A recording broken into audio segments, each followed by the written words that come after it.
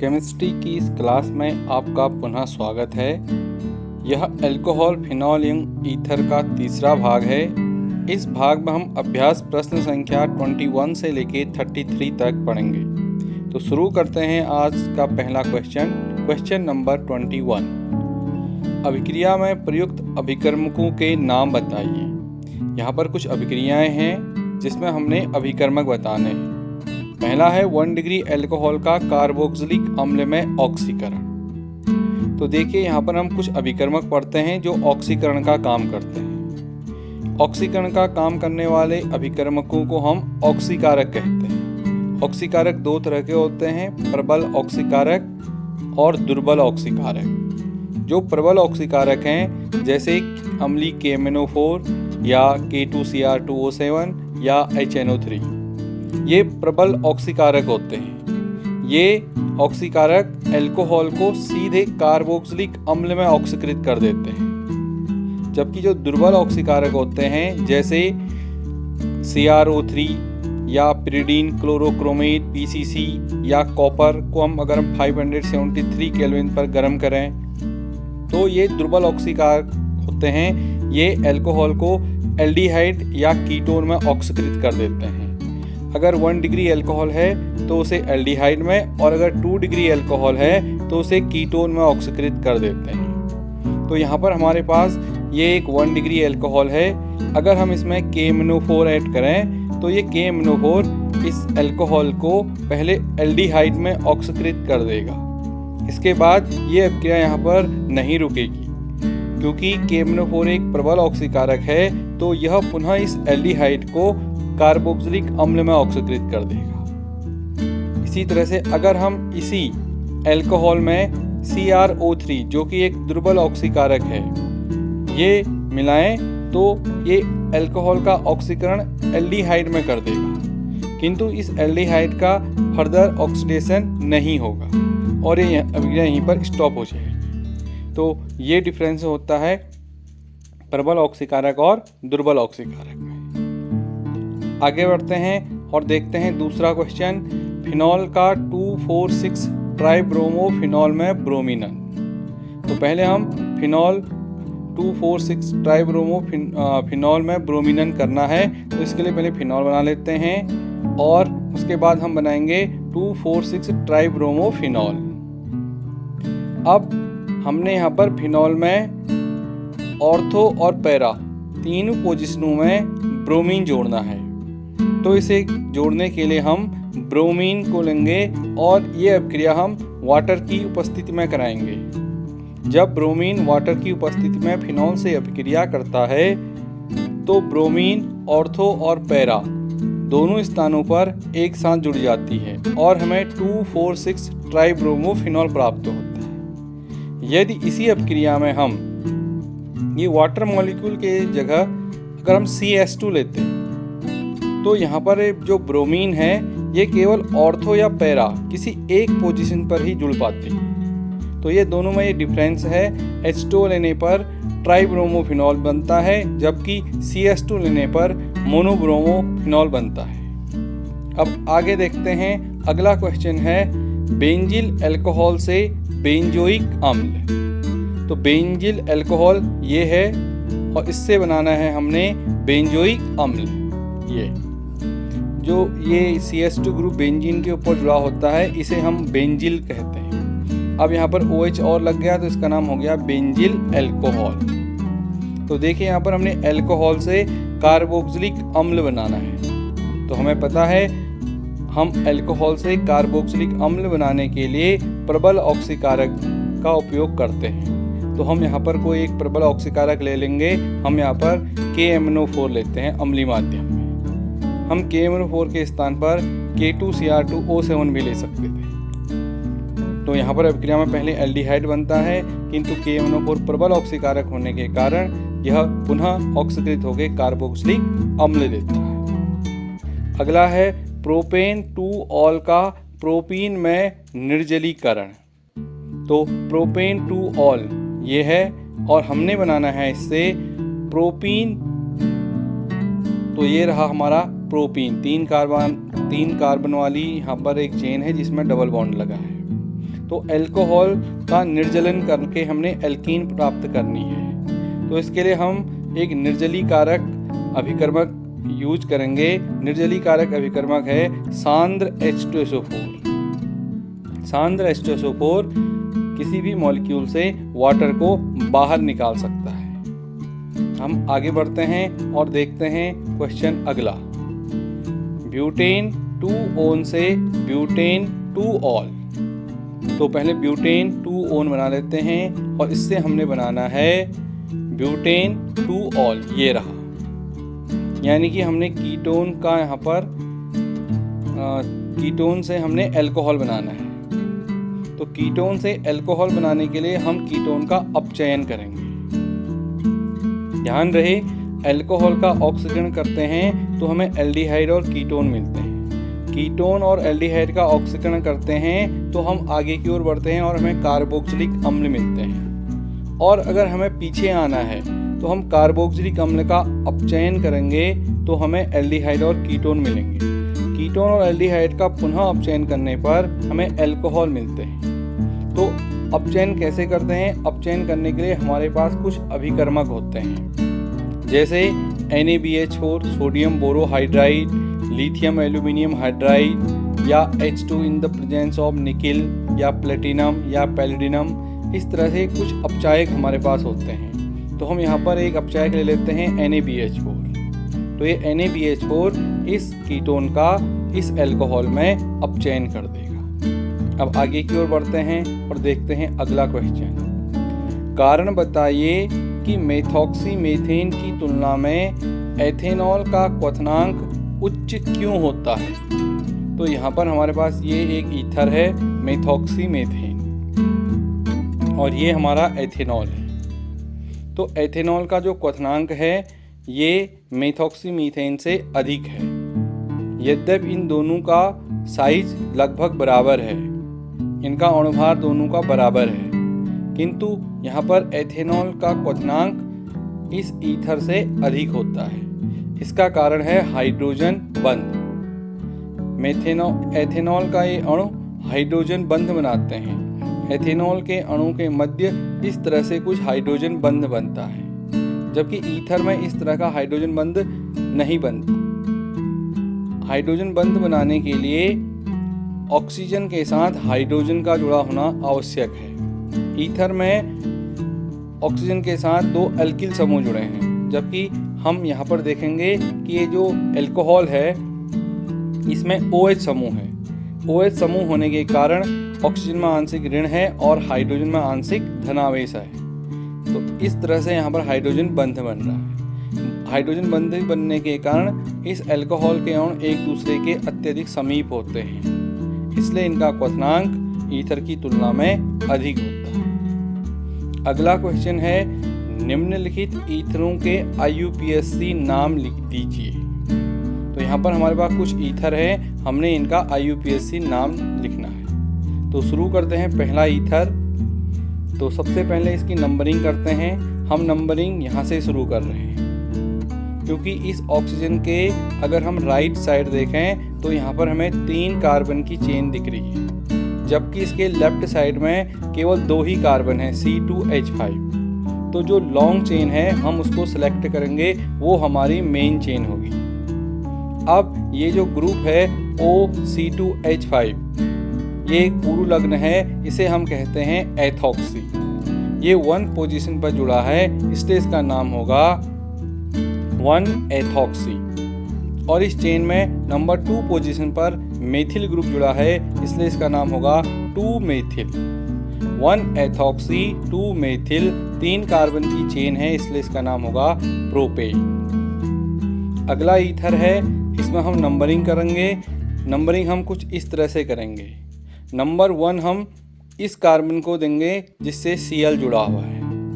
हम इस कार्बन को नहीं देंगे जिससे OCH3 जुड़ा हुआ है, क्योंकि हम यहाँ पर क्लोरीन को OCH3 यानी कि ईथर वाले ग्रुप से पहले प्रायोरिटी देंगे, इसलिए हम Cl की ओर से काउंटिंग शुरू करेंगे और ईथर ग्रुप हमारा नंबर 2 पर रहेगा। तो इसका नाम होगा 1-क्लोरो 2-मेथॉक्सी एथेन। जो क्लोरीन है वो मेथॉक्सी से पहले आएगा। अगला ईथर है हमारे पास NO2C6H4OCS3।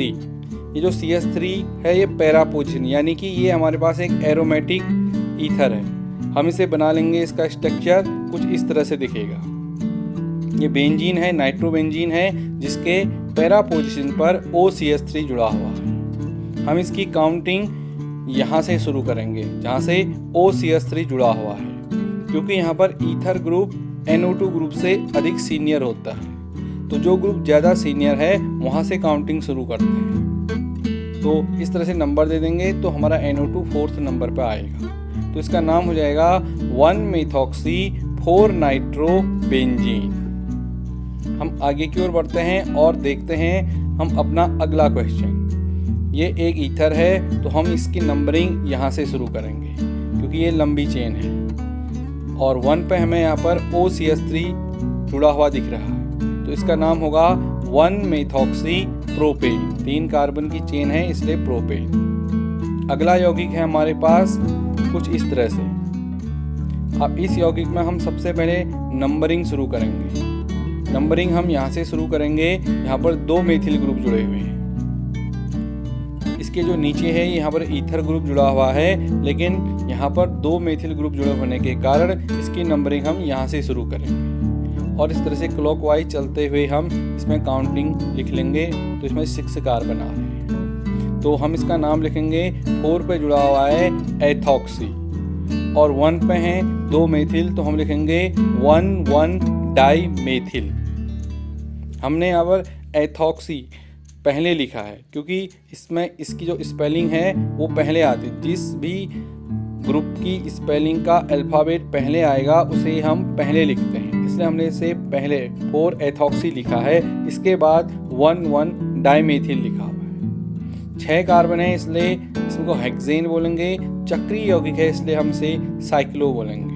तो इसका नाम हो जाएगा 4-एथॉक्सी-1,1-डाईमेथिल साइक्लोहेक्सेन। अगला यौगिक है हमारे पास ये। इसमें हम काउंटिंग करेंगे यहाँ से 1, 2, 3, 4, 5 एंड 6। तो 1 ग्रुप पे हमारा एथॉक्सी समूह जुड़ा हुआ है और इसके अलावा अन्य कोई भी ग्रुप इसमें नहीं जुड़ा है। तो इसका नाम हो जाएगा 1-एथॉक्सी-बेंजीन। हम आगे की ओर बढ़ते हैं और देखते हैं अपना क्वेश्चन नंबर 24। निम्नलिखित ईथरों को विलियमसन संश्लेषण द्वारा बनाने के लिए अभिकर्मकों के नाम एवं समीकरण लिखिए।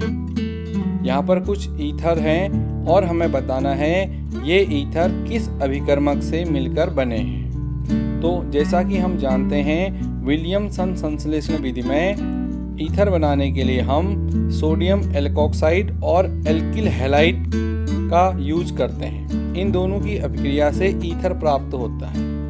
तो शुरू करते हैं। पहला ये है 1-प्रोपोक्सी-प्रोपेन। अब हमने बताना है कि ये 1-प्रोपोक्सी-प्रोपेन किस अभिकर्मक से मिलकर बना है। तो इसे करने के लिए हम क्या करेंगे, यहाँ पर इस बॉन्ड को ब्रेक कर लेंगे। इस बॉन्ड को अगर हम लेफ्ट साइड से भी ब्रेक करें तब भी यहाँ पर सेम ही हमें प्राप्त हो रहा है। देखिए यहाँ पर दोनों ओर 3-3 कार्बन की चेन है, तो यहाँ पर कहीं से भी ब्रेक करें हमें सिमिलर सा ही प्रोडक्ट मिलेगा। तो ब्रेक करने के बाद हम जहाँ O है वहाँ H और इसके राइट साइड में Cl ऐड करेंगे। ऐड करने के बाद हमें ये उत्पाद मिलते हैं CH3, CH2, CH2OH। ये अल्कोहल है और ये हमारा एल्किल हैलाइड है। तो ये हमारे अभिकर्मक हैं जिनसे मिलकर ये ईथर बना होगा। अगर हम इसकी अभिक्रिया लिखें तो कुछ इस तरह से लिखेंगे। जो ये अल्कोहल है इसे हम सोडियम प्रोपोक्साइड में चेंज कर लेंगे, इसके H को रिप्लेस करेंगे Na से, और ये एल्किल हैलाइड है हमारा, इसे इस तरह से लिख लेंगे। इस अभिक्रिया में हम NaCl ये बाहर निकल जाएगा और ये दोनों आपस में जुड़ के ये ईथर हमें प्राप्त हो जाएगा। इस तरह से हमें ईथर से हमने पता कर लिया कि ये ईथर किस अभिकर्मक से मिलकर बना होगा। हम आगे की ओर बढ़ते हैं और हमें क्लियरिटी मिलेगी। हम अगला क्वेश्चन देख लेते हैं। इसमें हमारे पास है एथॉक्सी बेंजीन। तो ये एथॉक्सी बेंजीन हम बना लेंगे। अब पता करने के लिए कि ये एथॉक्सी बेंजीन किस अभिकर्मक से मिलकर बनी है, हम इसे ब्रेक कर लेंगे इस बॉन्ड को यहाँ से। अब यही बॉन्ड क्यों ब्रेक हुआ, इसके बगल में ये वाला बॉन्ड ब्रेक क्यों नहीं हुआ, इसका रीजन है ये देखिए यहाँ पर। ये ऑक्सीजन और जो बेंजीन रिंग है, इन दोनों के बीच में अनुनाद प्रभाव के कारण यहाँ पर डबल बॉन्ड आ जाता है। ये जो डबल बॉन्ड है ये सिंगल बॉन्ड की तुलना में अधिक प्रबल होता है। तो सिंगल बॉन्ड तोड़ना आसान है डबल बॉन्ड की तुलना में, इसलिए ये बॉन्ड यहाँ से टूटता है। अब हम इस बॉन्ड के इस लेफ्ट साइड में जहाँ O है यहाँ H और जहाँ ये C2H5 लिखा है यहाँ Cl ऐड कर लेंगे। तो इस तरह से हमें यहाँ पर एक एल्कोहल फिनॉल और क्लोरोएथेन प्राप्त होगा। तो हमें यहाँ पर अभिकर्मक मिल चुके हैं। अब हमने लिखनी है इनकी अभिक्रिया कि इन दोनों से किस प्रकार हमें ये ईथर प्राप्त हुआ होगा। तो फिनॉल को हम चेंज कर लेंगे सोडियम फिनॉक्साइड में और इस तरह से लिख लेंगे क्लोरोएथेन। तो यहाँ से ये NaCl बाहर निकल गया और ये दोनों आपस में जुड़ गए और हमारा ये ईथर बन गया। आगे बढ़ते हैं। 2-मेथॉक्सी 2-मेथिल प्रोपेन। तो सबसे पहले हम 2-मेथॉक्सी 2-मेथिल प्रोपेन बना लेते हैं। अब इसके बाद हम इस ईथर वाले बॉन्ड को तोड़ेंगे। अब इस बॉन्ड को हम इस बार यहाँ से तोड़ेंगे। यहाँ से क्यों तोड़ेंगे? क्योंकि अगर हम इसे इस पोजीशन से तोड़ते हैं तो हमें यहाँ पर 3 डिग्री कार्बोकैटायन मिलेगा। अगर हम इसे CH3 की ओर से तोड़ते हैं तो हमें मेथिल कार्बोकैटायन मिलेगा। क्योंकि 3 डिग्री कार्बोकैटायन अधिक स्टेबल होता है, अधिक स्थायी होता है, इसलिए यहाँ बॉन्ड इस तरह से टूटेगा।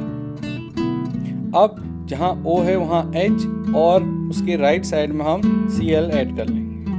तो हमें प्राप्त होगा CH3OH, ये अल्कोहल, और इस तरह से ये हमारे पास एल्किल हैलाइड। ये दोनों अभिकर्मक हैं। अब इनकी अभिक्रिया लिखनी है हमने नीचे। इसके लिए हम क्या करेंगे, ये अल्कोहल को हम सोडियम मेथॉक्साइड में चेंज कर लेंगे। इस H को रिप्लेस करके यहाँ पर Na ऐड कर लेंगे। इसके बाद दोनों की अभिक्रिया होगी, यहाँ से Na और Cl बाहर निकल जाएगा और दोनों आपस में जुड़ जाएंगे और हमें ये ईथर मिल जाएगी। हम आगे की ओर बढ़ते हैं और देखते हैं अगला क्वेश्चन नंबर 25। कुछ विशेष प्रकार के ईथरों को विलियमसन संश्लेषण द्वारा बनाने की सीमाओं को उदाहरण से समझाइए। तो यहाँ पर हमें बताना है कि हम किस तरह के ईथर विलियमसन संश्लेषण विधि द्वारा नहीं बना सकते। तो इस विधि द्वारा हम द्वितीयक और तृतीयक एल्किल समूह वाले सम्मित या असम्मित ईथर इस विधि से नहीं बनाए जा सकते। इसका रीजन है क्योंकि 2 डिग्री और 3 डिग्री एल्किल हैलाइड विन्यासी प्रभाव स्टेरिक हिंड्रेंस के कारण प्रतिविस्थापन के स्थान पर निराकरण क्रिया देते हैं। इसे समझते हैं एक एग्जाम्पल से। नीचे देखिए, जैसे हमारे पास ये एक ईथर है, इस तरह का ईथर हम विलियमसन संश्लेषण विधि द्वारा नहीं बना सकते। इसे बनाने के लिए हमें किसी अन्य विधि का उपयोग करना होगा। क्यों? क्योंकि अगर हम विलियमसन संश्लेषण द्वारा इस ईथर को बनाएंगे तो इसे बनाने के लिए हम इस तरह के अभिकर्मकों का उपयोग करेंगे। अब यहाँ पर होगा क्या, जो ये सोडियम एल्कोक्साइड है हमारा, ये बेस की तरह काम करेगा और इसने यहाँ से Cl को रिप्लेस करना है। तो यहाँ से Cl रिप्लेस नहीं हो पाएगा क्योंकि यहाँ पर ये एल्किल हैलाइड में जो CH3 हैं, ये स्टेरिक हिंड्रेंस आवरण प्रभाव दिखाते हैं, यानी कि ये Cl को ढक देते हैं, जिससे ये जो बेस है ये यहाँ से Cl को रिप्लेस नहीं कर पाता है और यहाँ पर ये बेस इस CH3 से हाइड्रोजन को निकाल लेता है। तो यहाँ पर विस्थापन अभिक्रिया होने के स्थान पर यहाँ पर निराकरण अभिक्रिया हो जाती है और हमें ईथर के बजाय एल्कीन प्राप्त हो जाता है। तो इस वजह से हम इस तरह के ईथर को विलियमसन संश्लेषण द्वारा नहीं बना सकते। दूसरे जो ईथर हैं जिन्हें हम नहीं बना सकते वो हैं एरिल ईथर, इस तरह के ईथर। इसका रीजन क्या है? अगर हम इनके अभिकर्मक देखें तो इनके अभिकर्मक कुछ इस तरह से होंगे। ये सोडियम फिनॉक्साइड होगा और एक क्लोरोबेंजीन होगा। अब यहाँ से NaCl बाहर नहीं निकल सकता। क्यों? क्योंकि जो Cl है ये बेंजीन के साथ अनुनाद द्वारा जुड़ा होता है, अनुनाद प्रभाव दिखाता है। अनुनाद के कारण Cl और बेंजीन के कार्बन के मध्य द्विबंध का गुण आ जाता है। ये जो द्विबंध का गुण आने के कारण इस Cl को यहाँ से रिप्लेस करना कठिन हो जाता है, इसलिए यहाँ से ये रिप्लेस नहीं हो सकता। इस तरह हम इस ईथर को यानी कि एरिल ईथर को भी विलियमसन संश्लेषण विधि द्वारा नहीं बना सकते हैं। बढ़ते हैं अगले क्वेश्चन की ओर। Question number 26। प्रोपेन 1 ऑल से प्रोपॉक्सी प्रोपेन को किस प्रकार बनाया जाता है? इस अभिक्रिया की क्रियाविधि लिखिए। ये एक अभिक्रिया है, ये है प्रोपेन 1 ऑल। इससे हमने ईथर बनाना है और इस अभिक्रिया की हमने मैकेनिज्म लिखनी है। तो इस अभिक्रिया की मैकेनिज्म क्या होगी देखिए क्रियाविधि। सबसे पहले अल्कोहल में हाइड्रोजन आयन अटैक करते हैं। ये हाइड्रोजन आयन अम्ल से प्राप्त होते हैं, जो अम्ल हमने यहाँ पर लिया हुआ है H2SO4। यहाँ से प्राप्त हाइड्रोजन आयन इस अल्कोहल में अटैक करेंगे और इसके OH के साथ जुड़ जाएंगे और इस तरह से हमें ये ऑक्सोनियम आयन प्राप्त होगा। अब यहाँ पर जो है OH2+ है, ये एक गुड लिविंग ग्रुप है, यानी कि यहाँ से आसानी से बाहर निकल जाता है। तो अगले स्टेप में होता क्या है, ये OH2 ग्रुप यहाँ से बाहर निकलता है और इस कार्बन पे पॉजिटिव चार्ज आ जाएगा। तो ठीक इसी समय दूसरे मॉलिक्यूल का OH इस CH2 पर अटैक करेगा और हमारे पास कुछ इस तरह से एक इंटरमीडिएट बन के आएगा। यहाँ पर ऑक्सीजन के ऊपर पॉजिटिव चार्ज है, तो ऑक्सीजन एक इलेक्ट्रोनेगेटिव एटम है और इस यहाँ पर इलेक्ट्रोपॉजिटिव, यहाँ पर इसके ऊपर पॉजिटिव चार्ज आ चुका है। तो ये जल्दी से जल्दी इस पॉजिटिव चार्ज को कम करने के लिए हाइड्रोजन को तुरंत त्यागता है। तो फोर्थ स्टेप में हाइड्रोजन को त्याग देता है और इस तरह से हमें ईथर प्राप्त होता है। तो ये 3 चरण की क्रियाविधि थी। अब बढ़ते हैं आगे की ओर और देखते हैं क्वेश्चन नंबर 27। निम्नलिखित अभिक्रिया में बनने वाले उत्पादों को लिखिए। ये एक अभिक्रिया है, यहाँ पर हमने NaBH4 और लिथियम एल्यूमिनियम हाइड्राइड ये 2 अपचायक लिए हुए हैं, हमने बताना है। यहाँ पर होता क्या है, जो NaBH4 है ये कार्बोक्सिलिक अम्ल एल्डिहाइड कीटोन का अपचयन तो करता है, किंतु ये एस्टर ग्रुप जो यहाँ पर है जुड़ा हुआ है OCH3, ये इसका अपचयन नहीं करता है। तो हमारा उत्पाद कुछ इस तरह से बनेगा। ये कीटोन का अपचयन हो जाएगा और अल्कोहल मिलेगी, लेकिन जो ये एस्टर ग्रुप है ये चेंज नहीं होगा, इसका अपचयन नहीं होता है। लेकिन जो ये लिथियम एल्यूमिनियम हाइड्राइड है ये कीटोन का भी एल्डिहाइड, कार्बोक्सिलिक अम्ल, एस्टर ये सभी समूहों का अपचयन कर देता है। तो हमें यहाँ पर इस कीटोन के अपचयन से ये अल्कोहल और यहाँ पर इस एस्टर के अपचयन से इधर अल्कोहल, यानी कि ये दोनों ग्रुप का अपचयन कर देता है। NaBH4 और लिथियम एल्यूमिनियम हाइड्राइड दोनों ही अपचायक हैं, लेकिन दोनों में ये डिफरेंस है। NaBH4 जहाँ एस्टर का अपचयन नहीं करता है, लिथियम एल्यूमिनियम हाइड्राइड वहाँ पर दोनों ग्रुप का अपचयन कर देता है। हम आगे बढ़ते हैं क्वेश्चन नंबर 28। हाइड्रोजन आयोडाइड की निम्नलिखित के साथ अभिक्रिया के लिए समीकरण लिखिए। हमने यहाँ पर HI हाइड्रोजन आयोडाइड की अभिक्रिया लिखनी है। पहला है प्रोपॉक्सी प्रोपेन, तो सबसे पहले हम प्रोपॉक्सी प्रोपेन को बना लेंगे। ये इस तरह से इसकी रिएक्शन होनी है HI से। तो इसकी रिएक्शन कैसे करेंगे हम यहाँ से इस ईथर वाले बॉन्ड को ब्रेक कर लेंगे। अभी हमारे पास लेफ्ट और राइट दोनों साइड सेम सिमिलर से ग्रुप हैं, तो हम इस बॉन्ड को कहीं से भी ब्रेक कर सकते हैं। अब जहाँ ऑक्सीजन है वहाँ H और उसके राइट साइड में हम I जोड़ देंगे। तो इस तरह से हमें अल्कोहल और आइडो एल्किल हैलाइड प्राप्त होते हैं। इसी तरह से अगला है मेथॉक्सीबेंजीन। ये है हमारा मेथॉक्सीबेंजीन। अब यहाँ पर हम इस बॉन्ड को यहाँ से तोड़ेंगे CH3 की ओर से। यहाँ पर ये बॉन्ड ऑक्सीजन की ओर से नहीं टूट सकता। क्यों, इसे नीचे देखिए। यहाँ पर ऑक्सीजन और बेंजीन रिंग के कार्बन के बीच में डबल बॉन्ड है। ये डबल बॉन्ड अनुनाद के कारण आया है। ऑक्सीजन में जो इलेक्ट्रॉन होते हैं ये बेंजीन रिंग के साथ अनुनाद प्रभाव के कारण यहाँ पर डबल बॉन्ड क्रिएट कर देते हैं। इस डबल बॉन्ड की उपस्थिति के कारण ये बंध अधिक प्रबल हो जाता है, इसलिए ये बॉन्ड यहाँ से टूटने के बजाय CH3 की ओर से टूटा। अब जहाँ ऑक्सीजन है वहाँ H और जहाँ CH3 है वहाँ I ऐड कर लेंगे और इस तरह से हमारा फिनॉल और CH3I प्राप्त हो जाता है, मेथिल आयोडाइड। तो इस क्वेश्चन में हमने यही देखना है कि हम बॉन्ड ब्रेक कहाँ से करें। हम आगे देखते हैं, हमारे पास ये है एक बेंजिल एथिल ईथर। अब इस बॉन्ड, यहाँ पर हम बॉन्ड कहाँ से तोड़ेंगे, ये बॉन्ड हमारा यहाँ से टूटेगा। इस बार ऑक्सीजन सीधे बेंजीन रिंग से नहीं जुड़ी है, ऑक्सीजन CH2 से जुड़ी है और CH2 बेंजीन रिंग से जुड़ा है।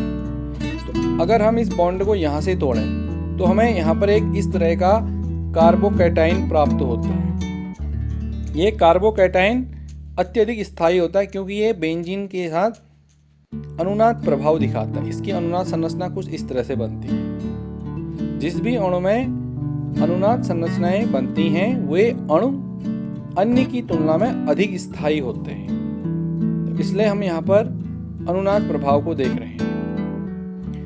अगर हम इस बॉन्ड को C2H5 की ओर से तोड़ते तो हमें इस तरह से कार्बोकैटाइन मिलता, CH3CH2 मेथिल कार्बोकैटाइन। यह कार्बोकैटाइन 1 डिग्री कार्बोकैटाइन है, जबकि यहाँ पर हमें दूसरी ओर बेंजिल कार्बोकैटाइन प्राप्त हो रहा है। तो बेंजिल कार्बोकैटाइन मेथिल कार्बोकैटाइन की तुलना में अधिक स्थायी होता है, इसलिए यहाँ पर ये बॉन्ड CH2 यहाँ पर इस पोजीशन से टूटा। अब बॉन्ड तोड़ने के बाद हम O की ओर H और CH2 में I को ऐड करेंगे, तो इस तरह से हमें ये उत्पाद प्राप्त हो जाएंगे। आगे बढ़ते हैं अपने अगले क्वेश्चन की ओर। Question number 29। एरिल एल्किल ईथरों में निम्न तथ्यों की व्याख्या कीजिए। पहला है, एल्कोक्सी समूह बेंजीन वलय को इलेक्ट्रॉन रागी प्रतिस्थापन के प्रति सक्रियित करता है। यहाँ पर हम देखिए, जो ईथर समूह होता है बेंजीन से जुड़ा हुआ, वो बेंजीन रिंग को एक्टिवेट कर देता है, यानी कि उसकी क्रियाशीलता को बढ़ा देता है। इसका कारण बताना है। तो इसका कारण है कि जो ईथर समूह होता है एरिल एल्किल ईथर में, ये अनुनाद के कारण बेंजीन वलय में इलेक्ट्रॉन घनत्व को बढ़ा देता है। यहाँ पर ईथर में जो इलेक्ट्रॉन होते हैं ऑक्सीजन में उपस्थित अयुग्मित इलेक्ट्रॉन, ये बेंजीन रिंग में आ जाते हैं और इस तरह से बेंजीन रिंग में इलेक्ट्रॉन का घनत्व बढ़ जाता है, यानी कि चार्ज आ जाता है। जो बेंजीन रिंग पहले उदासीन थी, अब वहां पर आवेश आ चुका है। कोई भी आवेशित स्पीशीज उदासीन की तुलना में अधिक क्रियाशील होती है, इसी कारण से बेंजीन रिंग की सक्रियता बढ़ जाती है। इस क्वेश्चन के दूसरे भाग में ही था, यह प्रवेश करने वाले प्रतिस्थापियों को बेंजीन वलय की ऑर्थो एवं पैरा स्थितियों की ओर निर्दिष्ट करता है, यानी कि जो भी हमारा इलेक्ट्रोफाइल आता है वो ऑर्थो और पैरा में जुड़ता है। तो इसका रीजन है, देखिए अनुनाद संरचना में आप देखेंगे कि केवल ऑर्थो और पैरा पोजीशन में ही इलेक्ट्रॉन डेंसिटी बढ़ी हुई है। ऑक्सीजन के जो इलेक्ट्रॉन बेंजीन रिंग में आ रहे हैं वो ऑर्थो और पैरा पोजीशन पर ही हैं। ये जो बीच की पोजीशन में मेटा यहाँ पर नहीं आए हैं, तो इसी कारण से जो इलेक्ट्रॉन डेंसिटी है वो केवल ऑर्थो और पैरा में बढ़ी है, इसलिए जो इलेक्ट्रोफाइल आएगा वो ऑर्थो और पैरा में ही जुड़ता है। तो ये इसके दूसरे भाग का आंसर है। हम आगे बढ़ते हैं और देखते हैं क्वेश्चन नंबर अगला। तो अगला क्वेश्चन है, निम्नलिखित अभिक्रियाओं के लिए समीकरण लिखिए। हमने यहाँ पर कुछ अभिक्रियाएं दी हैं, इनके लिए समीकरण लिखना। पहली है फ्रीडल क्राफ्ट अभिक्रिया एनिसोल का एल्किलन। तो यहाँ पर हम एनिसोल बना लेंगे। अब फ्रीडल क्राफ्ट अभिक्रिया में होता क्या है, ये एक नेम रिएक्शन है, इसमें हम एक एल्किल हैलाइड की अभिक्रिया करा देते हैं। तो यहाँ पर हम एग्जाम्पल के लिए एक एल्किल हैलाइड CH3Cl ले लेते हैं, और जो AlCl3 है ये यहाँ पर उत्प्रेरक का कार्य करता है।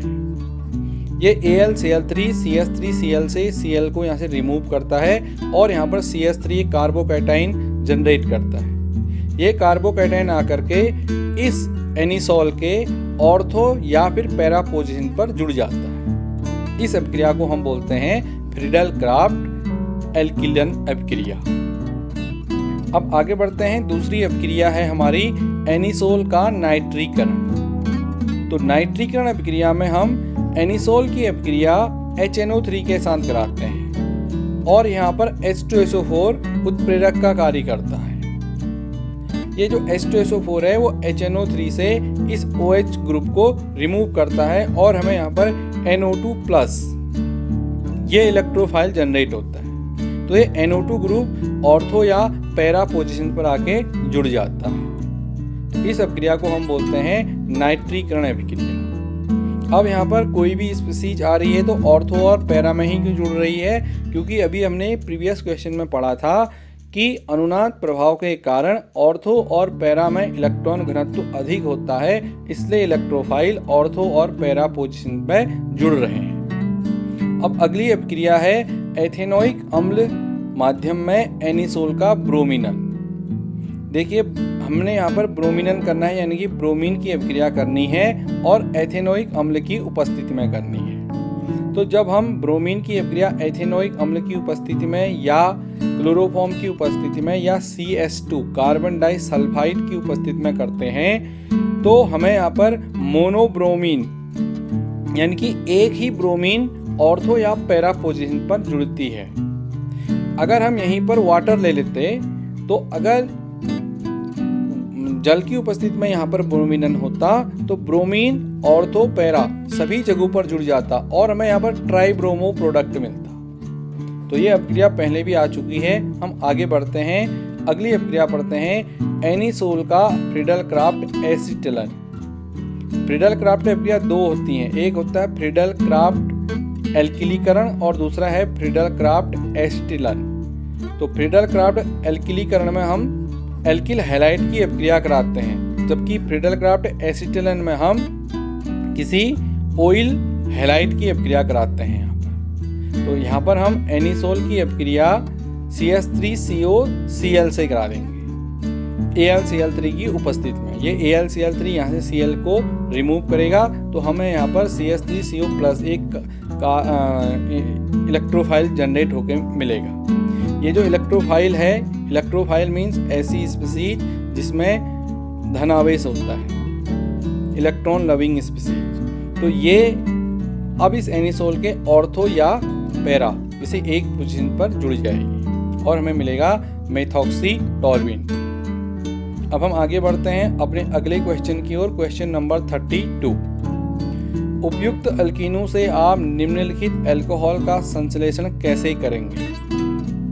हमें यहाँ पर एक अल्कोहल दिया हुआ है और हमें बताना है कि इस अल्कोहल का निर्माण हम किस एल्कीन से करेंगे। तो हमें पता है कि एल्कीन का जलयोजन करने पर हमें अल्कोहल प्राप्त होती है और अगर हम अल्कोहल का पुनः निर्जलन कर दें तो हमें एल्कीन मिलेगी। यानी कि अल्कोहल से अगर हम वाटर को रिमूव कर दें तो हमें वो एल्कीन मिल जाएगी जिससे अल्कोहल बना होगा। तो हम इस अल्कोहल से एल्कीन बनाने के लिए यहाँ से वाटर निकालेंगे। तो हम यहाँ से जल निकालेंगे कैसे? इसके लिए हम यूज करेंगे सांद्र H2SO4। सांद्र H2SO4 एक निर्जली कारक होता है। अब यहाँ पर हमारे पास अल्फा जो कार्बन है उस पे OH है, यहाँ से OH बाहर निकलेगा और हाइड्रोजन बीटा कार्बन से बाहर निकलेगा। लेकिन यहाँ पर जो बीटा कार्बन है, यहाँ पर हमारे पास दो अलग अलग तरह के बीटा कार्बन, एक जगह पर 2 हाइड्रोजन है, एक जगह पर 3 हाइड्रोजन है। अब हाइड्रोजन निकलेगा कहाँ से? तो हाइड्रोजन निकलने के लिए सेट-जेफ रूल होता है। हाइड्रोजन उस बीटा कार्बन से बाहर निकलेगी जहाँ पर हाइड्रोजन की संख्या कम होती है। तो यहाँ से हाइड्रोजन बाहर निकलेगी और इस तरह से हमारे पास ये एल्कीन बन के आएगी। आगे बढ़ते हैं और क्लियरिटी आएगी इससे। ये हमारे पास एक और अल्कोहल है। इस अल्कोहल में ये रहा हमारा अल्फा कार्बन और यहाँ पर ये रहे हमारे बीटा कार्बन।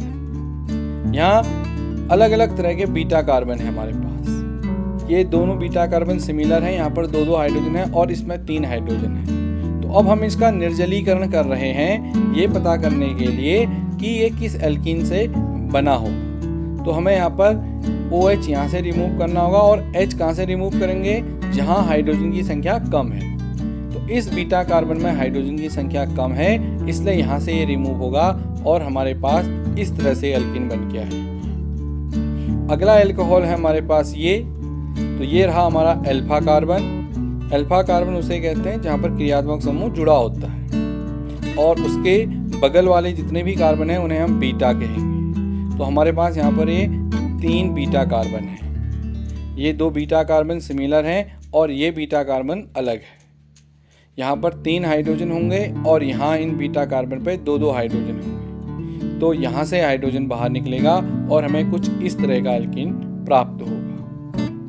बढ़ते हैं आगे की ओर और देखते हैं अगला क्वेश्चन। यहाँ पर ये इस तरह का एक अल्कोहल है। अब यहाँ पर 3 अलग अलग तरह के बीटा कार्बन्स हैं। अब हम यहाँ से अगर हम इस वाले बीटा कार्बन से हाइड्रोजन निकालें तो हमारे पास कुछ इस तरह का एल्कीन प्राप्त होगा बीटा 1 से निकालने पर। अगर हम बीटा 2 से निकालें तो हमें इस तरह की एल्कीन प्राप्त होगी और बीटा 3 से हाइड्रोजन रिमूव करने पर हमें इस तरह से एल्कीन प्राप्त होगी। और यहाँ पर ये जो तीनों एल्कीन हैं, ये तीनों एल्कीन इस अल्कोहल को बना सकती हैं। तो यहाँ पर तीनों तरह की एल्कीन इस अल्कोहल को बनाने में प्रयुक्त की जा सकती हैं।